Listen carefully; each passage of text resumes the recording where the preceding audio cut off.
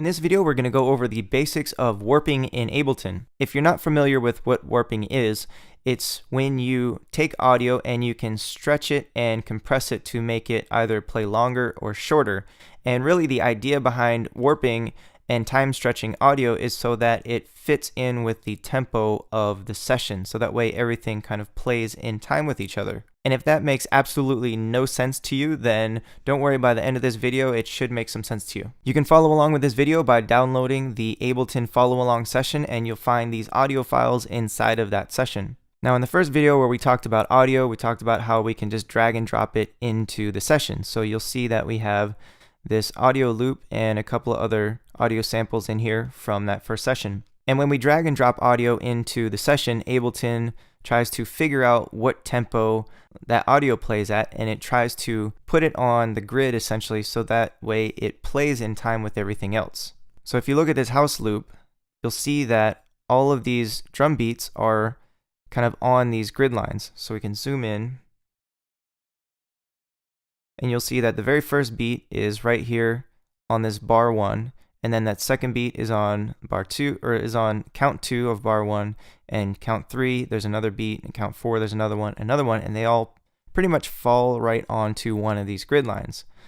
So that way when I hit play, all of this loop will play in time with the session tempo, which is up here at 120. And so if I hit play on this and I play around with the session tempo, then this loop, this house loop, will get faster or slower based off of the tempo.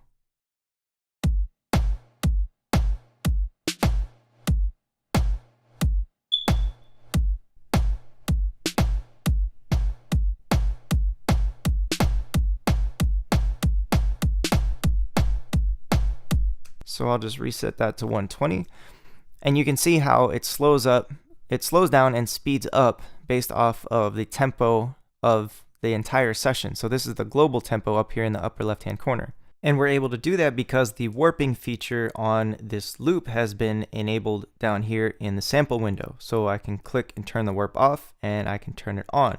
And because we have that turned on, now we're able to play this loop and keep it locked in with the global tempo that's going on inside of the session. Now sometimes when you bring in audio, Ableton tries to figure out where it fits with the tempo, and it does its best guess and tries to fit all the audio into the grid, but it doesn't always do the best job. And that's when you can make use of the warping, and you can make the audio fit where it needs to in order to play in time with everything. So I'll hit stop on this clip, and I'll go over to this Humpty Dump loop.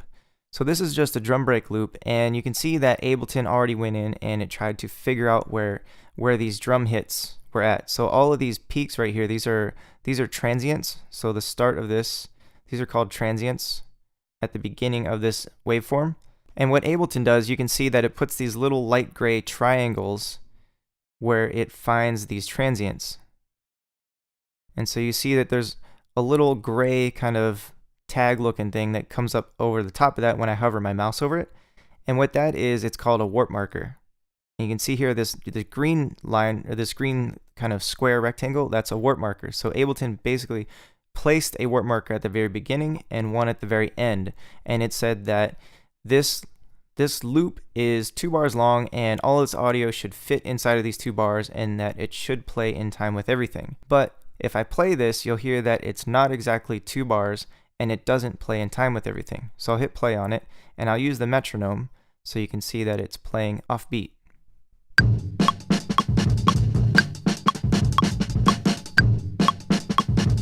Now another good way to know what is actually going on with this audio loop is to turn off warp. So I'll turn off the metronome and I'll turn off warp, and now this is going to let it play back the way it originally is played. So without any warping, without Ableton trying to force it to play the way it's supposed to, now it's just going to play back in its original form.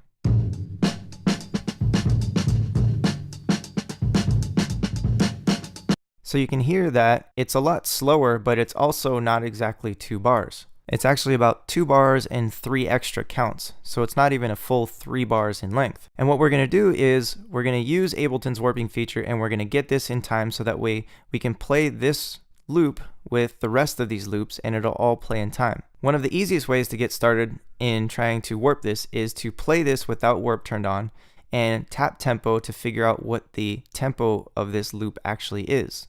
So I'll hit play and I'll tap tempo.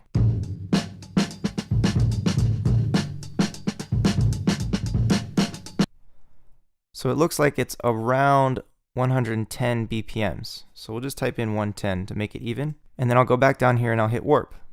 Now the next thing that we need to do is we need to go in here into this waveform and figure out where the second beat is, so that way we can place that on this second count. So I'll hit play. It sounds like this snare is right on 2. So in order to add a warp marker, so if I want to start moving these audio forms around, I can add a warp marker by hovering my mouse over one of these little triangles and then double clicking. And now you'll see that it's pretty close. So what we'll do is we'll click and hold it and drag it over to the 2. And now we'll play it back. So you see now that the first one is in time and the second beat hits on the second beat. And what I mentioned earlier about audio kind of being more elastic and getting stretched or compressed, that's essentially what you're doing with these warp markers. I'm stretching this audio out, or I can compress it to fit it in the time that it's supposed to be set to. So I can take this and I'll place this back on the 2. And then if we zoom in, you'll see that the snare isn't quite on the 2. So what we can do is, if I hover my mouse over top of this warp marker again, I can hold shift and click, and then you'll see that I can move the audio relative to the warp marker. So I can get this snare drum hitting much closer to the actual 2.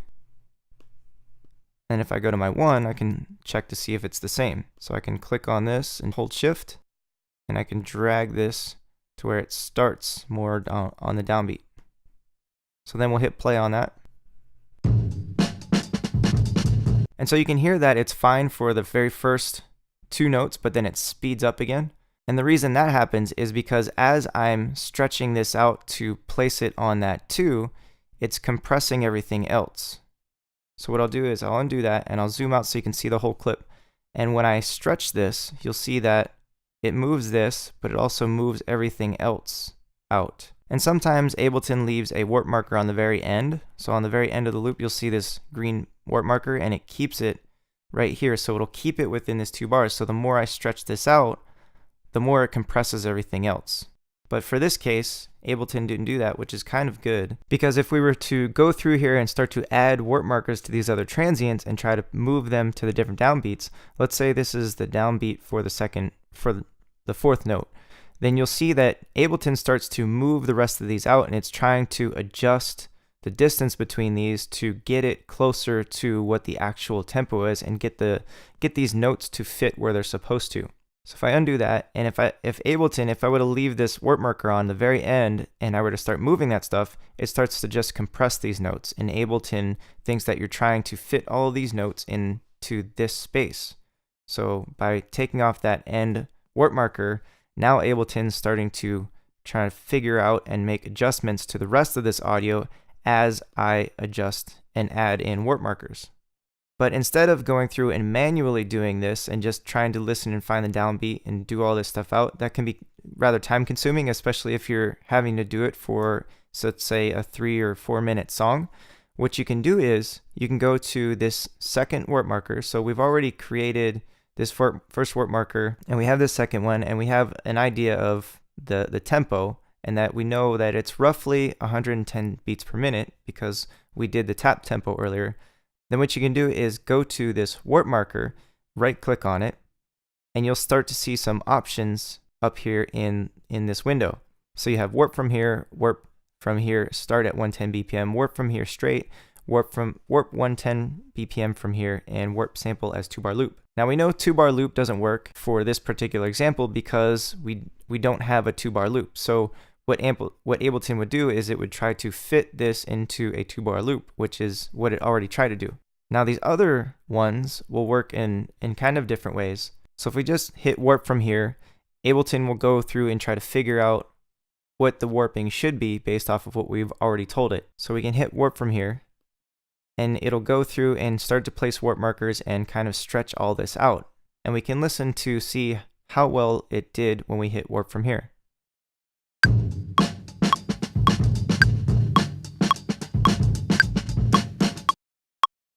So that sounds like it's actually pretty spot on. So we can turn on loop, and then we can change the loop length to 2 bars, and we can see if that's actually a 2-bar loop and it plays in time.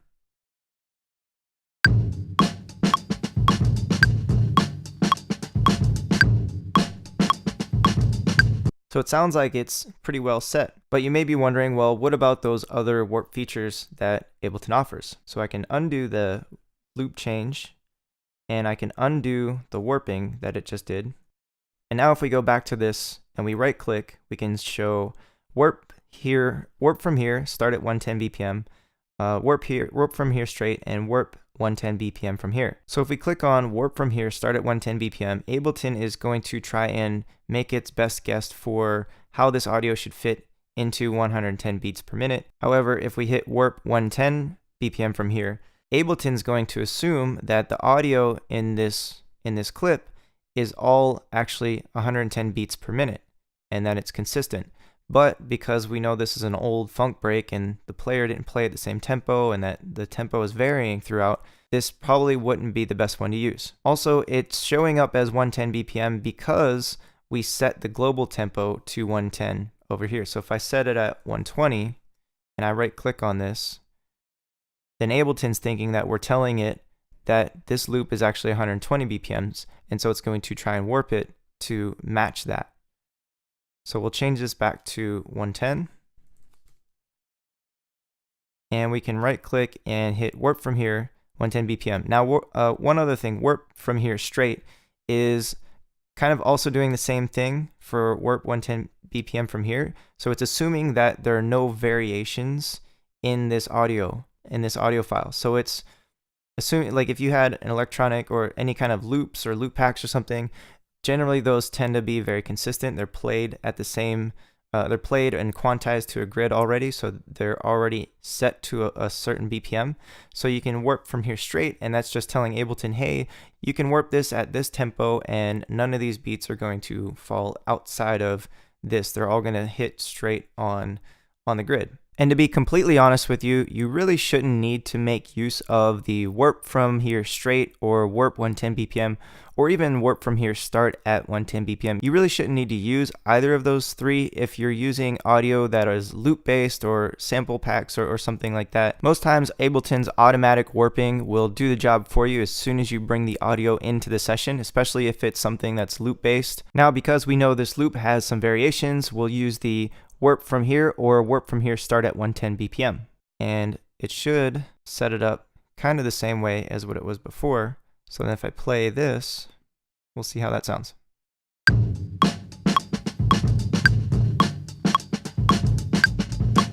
So that sounds pretty close. And I can turn on the loop again, and I can adjust this down to 2 bars again. And then if I play this loop now with everything, it should be playing in time with all the rest of the drums. So I'll hit my scene and I'll launch all of these clips at the same time so we can hear if it plays with all of this stuff. Come on. Come on. Come on. And so now you can see I can change this back up to the original 120 BPM and play this, and the drums should stay in time. Come on.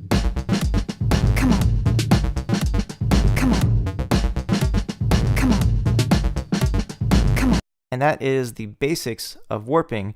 Now, I didn't get into this window right here, but I'll talk about that more in the next video.